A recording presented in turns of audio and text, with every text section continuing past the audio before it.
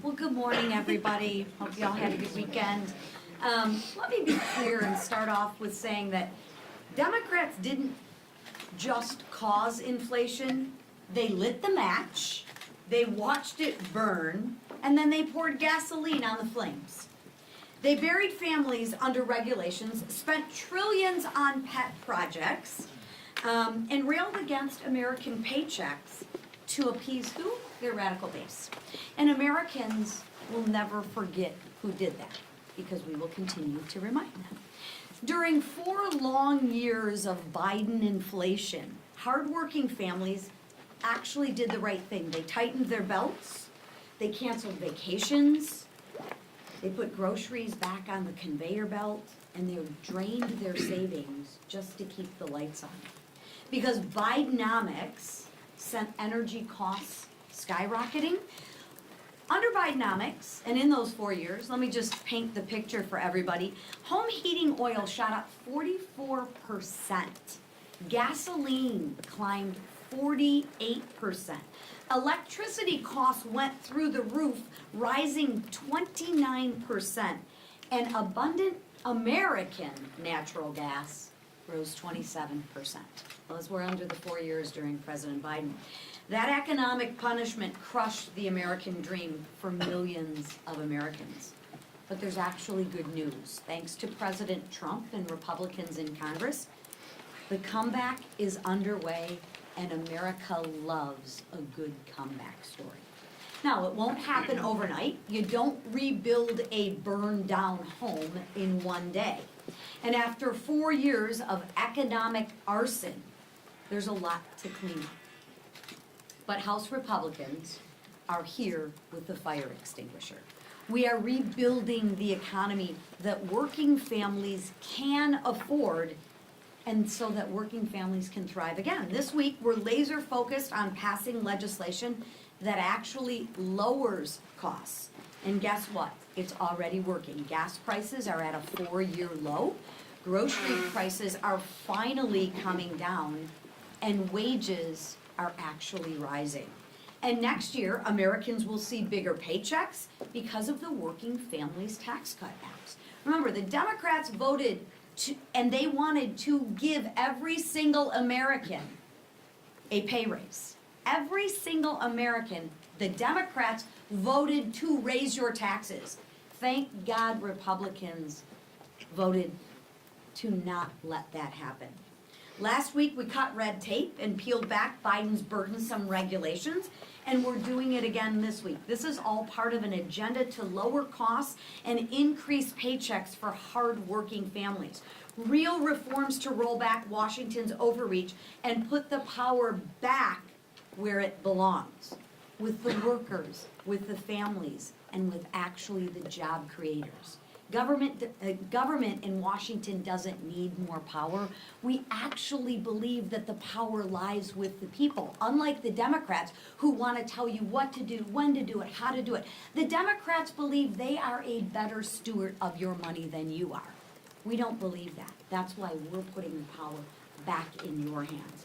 And what are Democrats doing? Again, you think they're gonna vote to lower costs? I don't think so. I think the Democrats will vote against giving you bigger paychecks. I think the Democrats will vote against relief for American families. They're fanning the flames of the crisis that they ignited, right? So we will continue our work without them. And watch how they vote, right? We will continue our work without them, because asking Democrats to fix inflation is like asking an arsonist to join the fire department. This week, we'll vote to lower electricity prices, secure supply chains, and modernize permitting to make energy more affordable again. Because House Republicans are cleaning up Bidenomics, ending Biden inflation, and restoring an America that is strong and respected again. We are restoring an America that is affordable and prosperous again for every single hardworking family. And another piece of important legislation that will be on the floor this week is the NDAA, and I don't think there's anyone better here to talk about it than a Representative Kiggins. So right now, I yield to Representative Kiggins. Thank you. Well, good morning. I'm Congresswoman Jen Kiggins, and I proudly represent Virginia's 2nd Congressional District. I'm also a Navy veteran, former helicopter pilot, a Navy spouse, and now a proud Navy mom. So it's certainly a privilege to be here today to talk about this year's National Defense Authorization Act, which should see a vote on the floor today. This is over $900 billion of money that we can send to our warfighters and to our military families. There's a large chunk of that's dedicated to ships, submarines, aircraft, the actual warfighting resources and tools that we need to just exemplify peace through strength throughout the world. That part can't be overstated. We've done so much with this administration just to reprioritize peace through strength. That's how we keep peace in the world, is by being that deterrent, by being that strong fighting force, but also taking care of our military families and our men and women in uniform. We did so much good work last Congress with the Quality of Life Task Force, and we continued that work into this year's NDAA. We looked at pay raises. We gave a 3.8% pay raise to our servicemen and women. We looked at housing. We put $1.5 billion back into housing infrastructure improvements. We know that there's a lot of room for improvement there, and I'm thankful that the Secretary of War has prioritized a task force to specifically look at where we are housing our men and women.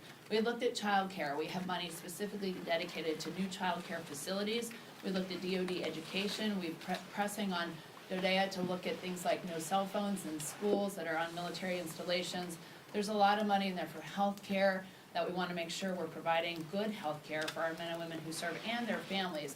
We put other things in there for licensures to make it easy for providers to be able to serve our military community. And we even looked at things that were making it, unifying the accession process, because we heard a lot of challenges with young people who want to serve, that they're being looked at differently for different types of medical history issues. So we changed those things. A lot of meaningful change. One of the things I'm most excited about is how we prioritized our military Sea Lift Command. In the Navy, you know we don't have as many ships as we probably should, and we're working on that shipbuilding exercise. But in the meantime, I have my military Sea Lift Command folks who are stepping up, who are civilian partners in providing that peace through strength on the seas. And what we left them out a little bit of the discussion with quality of life issues, so we included them back this time. We took out pay caps for military Sea Lift Command pay. We made sure that our military Sea Lift Command members could shop at the commissaries and exchanges. We're protecting our commissaries, making sure that they are available and there for our military families. So a lot of good things to take care of the people who serve, but then also that technology integration piece, the contract awarding, the procurement acquisition reform. We've done many, many good things to the tune of over $900 billion. So it's a privilege to have been a part of the team that put that together. It's a mission that we all share here in Congress on both sides of the aisle, of taking care of our military and making sure we remain the greatest in the world. Thank you so much. And with that. Thank you, Jen. Fraud, fraud, and more fraud. It seems like every day there's a new discovery of stolen taxpayer dollars in my home state of Minnesota. And who is smack dab in the middle of it? The self-acknowledged liar, incompetent, failed governor, and failed vice presidential candidate Tim Walz. But with the world now watching, Walz can no longer hide from accountability. I want to thank President Trump and his all-star administration for pursuing justice for the hard-working taxpayers of my state of Minnesota. Secretary Noem, Secretary Bessent, Secretary Duffy, FBI Director Patel, Administrator Loeffler, Dr. Oz, Stephen Miller, Border Czar Tom Homan, and even more in the Trump administration have sounded the alarm and taken action finally. On behalf of the people of Minnesota, thank you. In addition to exposing and eliminating rampant waste, fraud, and abuse, President Trump and House Republicans are delivering on our promise to restore affordability and opportunity for the American people.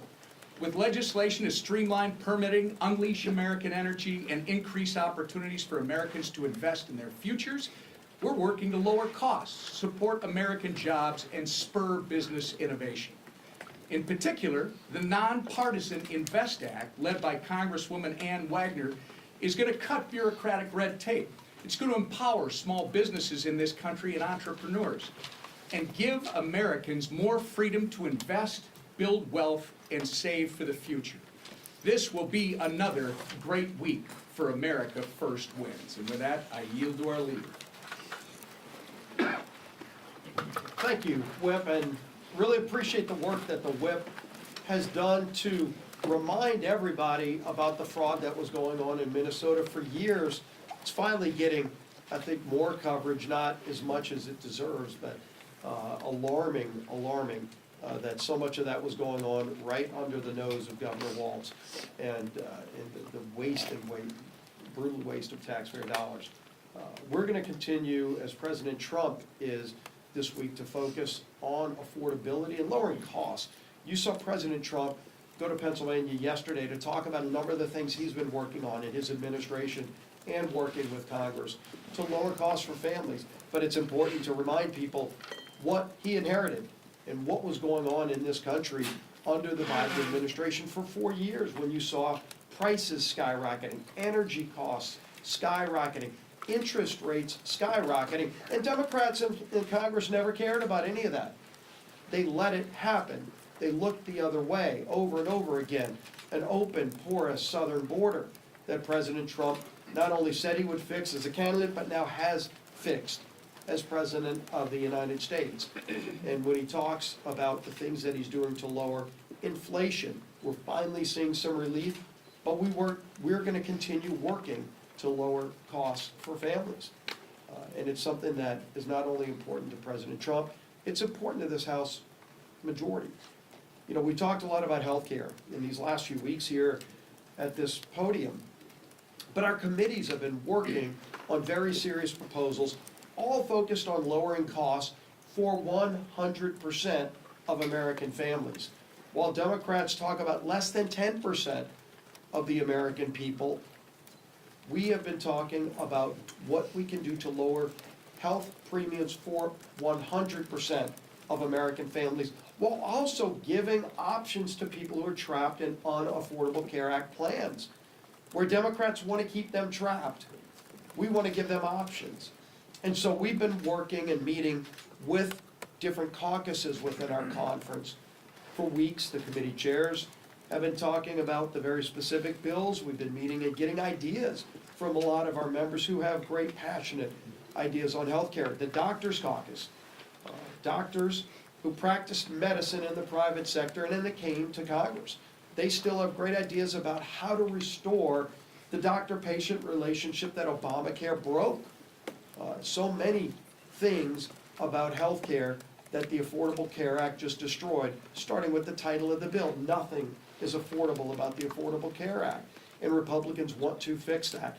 And so what we did today in our conference just a little while ago has had a really productive discussion about all those ideas that the committees have been working on, not just ideas, actual bills. And we are now focused on bringing a number of those bills to the floor next week that we have consensus on. There are still some areas that we don't have full agreement upon, and we're going to keep working on those. And we've committed to work on those early in the next year, but starting next week, voting in the House on bills that will focus on lowering premiums for 100% of Americans. Let's see where Democrats stand when it's not just giving money to insurance companies and propping up failed Obamacare plans, but actually helping 100% of Americans have better choices and lower health care premiums. So we're going to continue bringing bills to the floor that work on fixing problems that Democrats have created and delivering on the promises we made to the American people. And our champion, who is our lead person who is helping unify this very narrow Republican majority, but very effective Republican majority, is our Speaker of the House, Mike Johnson. Thank you. Good morning. Our majority is narrow, but we were happy to add a new member this past week, and we've administered the oath now to Representative Matt Van Epps of Tennessee. You're really going to love him. He's a combat veteran and a dedicated husband and father, a very effective state official from Tennessee, and now he will be representing the folks of Nashville and 14 counties here, and we've added him to his committees this morning formally and officially, so he has hit the ground running. There is a lot going on here. We wanted to talk with you about some of those things this morning, and I'm so grateful for this leadership team for giving you the report so far, and for Representative Kiggins, who is an extraordinary member of Congress, as you know, a decorated veteran, and somebody who's so committed to our nation's defense and our military servicemen and women, and her expertise and all these things have been so greatly appreciated. We're glad to have her this morning. Now, look, we've had one of the most consequential, most productive, most successful Congresses in the history of this institution. The 119th Congress, in spite of those small margins, the Republican majority has been working in lockstep with the Republican majority in the Senate, even though that one's small as well, and of course, with our strong Republican president and his administration. And the results of that cannot be questioned. And I see this false narrative right now, oh, they haven't done enough. Oh, pray tell. Listen, the Working Families Tax Cut, big beautiful bill, took about 6 months of the first part of this Congress to put together because it was so consequential and so comprehensive. And there are so many things in that bill that our members are going to be so excited to go and run on and talk about in the upcoming election cycle, because we inherited an absolute disaster from the Biden administration. Virtually every area of public policy was decimated, and we had to rebuild from the ground up in many of these places and make all sorts of changes and reforms to get America back again, and we did. We put it all in this one landmark piece of legislation that will have consequences for generations, and it will be seen and written by history to be one of the biggest things that Congress has ever achieved. And among those things was an approach to beginning this affordability agenda, because remember, we inherited massive inflation from the previous administration. It's no secret affordability is a flashpoint, right, in recent weeks, and we had 4 catastrophic years of Bidenomics that we inherited. The Biden administration spent like drunken sailors, and they attempted to tax and regulate their way to prosperity, and we all knew when they were doing it that it would not work. It had exactly the opposite effect. The result was inflation skyrocketed, gas prices reached record highs, homeownership declined, credit card debt increased, all those things that everybody felt and they're still feeling now. Now, the American people gave us a mandate in the election. The president won the Electoral College soundly. He won a big majority popular vote. We got the highest vote total for House Republicans in the history of this institution, and they charged us to go fix this. We began that process with a big, beautiful bill, and we have never let up on the accelerator. We keep it going, day by day, week by week, notching away at this, trying to fix everything that the previous team broke. And now, I wish we could flip a switch right after the election and make it all go away, make it all right. But you know that's not how the economy works. It takes some time to implement new policies and root out the bad things, and that's what's happening. It is a fact that the Biden administration and their Democrat enablers in Congress, we cannot forget, wrecked the U.S. economy. That's what happened, and we had to take it over in January. This is why Democrats' newfound claims about affordability are just patently absurd. Okay, here are the facts, and you know this. Many of you don't write about it, but these are the facts. They're undisputed. They broke the economy, and now they want to lecture to the American people about affordability. They opened our borders, and now they want to lecture to the American people about immigration border enforcement. They broke the American healthcare system. They caused premiums to skyrocket, and now they have the audacity to tell Republicans that the only way to save it is to throw hundreds of billions of dollars to health insurance companies, which would merely fuel a system that is rife with fraud, waste, and abuse. You cannot be an arsonist and a firefighter at the same time. That's the message for the Democrats.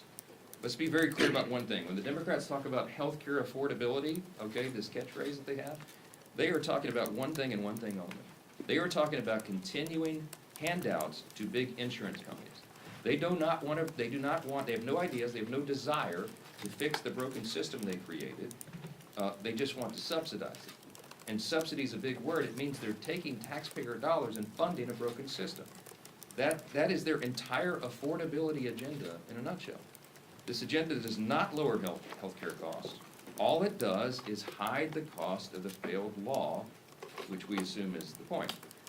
And their proposal, which is a 3-year extension of these enhanced subsidies, the Democrat COVID subsidies that they created, that they put the expiration date on for this December, that proposal to extend that for 3 years is devoid of any reforms to clamp down on the rampant waste, fraud, and abuse And it continues to provide taxpayer-subsidized health care to Americans who are making hundreds of thousands of dollars in annual salary. It doesn't make any sense. Now, you heard Whip Emmer and Leader Scalise reference the massive fraud that's just been uncovered in the last week or so in Minnesota. We know that this has been going on around the country in these deep blue states, and now the evidence is starting to come forward.